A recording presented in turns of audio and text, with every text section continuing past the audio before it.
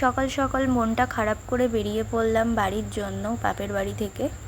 তো দেখো সবাই আমাকে এগোতে দাঁড়িয়ে আছে। তো দেখো আমার বরমশাই এখন আদর করছে সিম্বাকে। তো দিদারও মনটা খারাপ হয়ে গেছে, মামিরও মনটা খারাপ, মায়েরও মনটা খারাপ। তো ফাইনালি গাড়িতে বসে পড়লাম।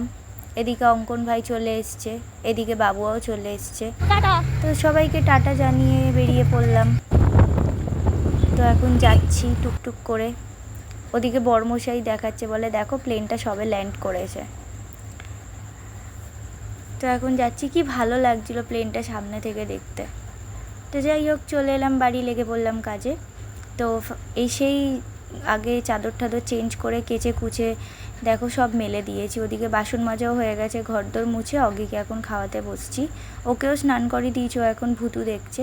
তারপরে আমিও স্নান টান করে পুজো টুজো দিয়ে নিলাম। ও এখন ঘুমাচ্ছে, বাট অগির যে ঘুমটা হয়নি তার প্রমাণ দেখো।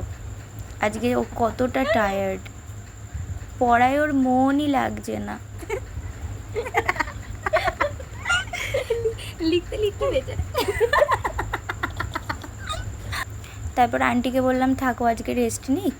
তারপর ওর আন্টি চলেও গেল, ও ঘুমাচ্ছে। তারপর অগি এদিকে ঘুমাচ্ছে, আমি সন্ধে দিয়ে একটু ম্যাগিটা খেয়ে নিচ্ছি। এখন একটু ম্যাগিটা খেয়ে নিলাম, ও ওদিকে ঘুমাচ্ছে। তারপর অগিও উঠলো।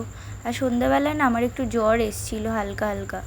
তারপর অগিকে একটু জামা টামা পরিয়ে সন্ধ্যাবেলায় কিছু খাইয়ে দিলাম। দেখো 10:30 বাজে, এদিকে আমি এখন পুলিশ ফাইল দেখছি। রান্নাবান্না তো কমপ্লিট, আজকে হয়েছে আমাদের আলু পটলের তরকারি আর ডাল।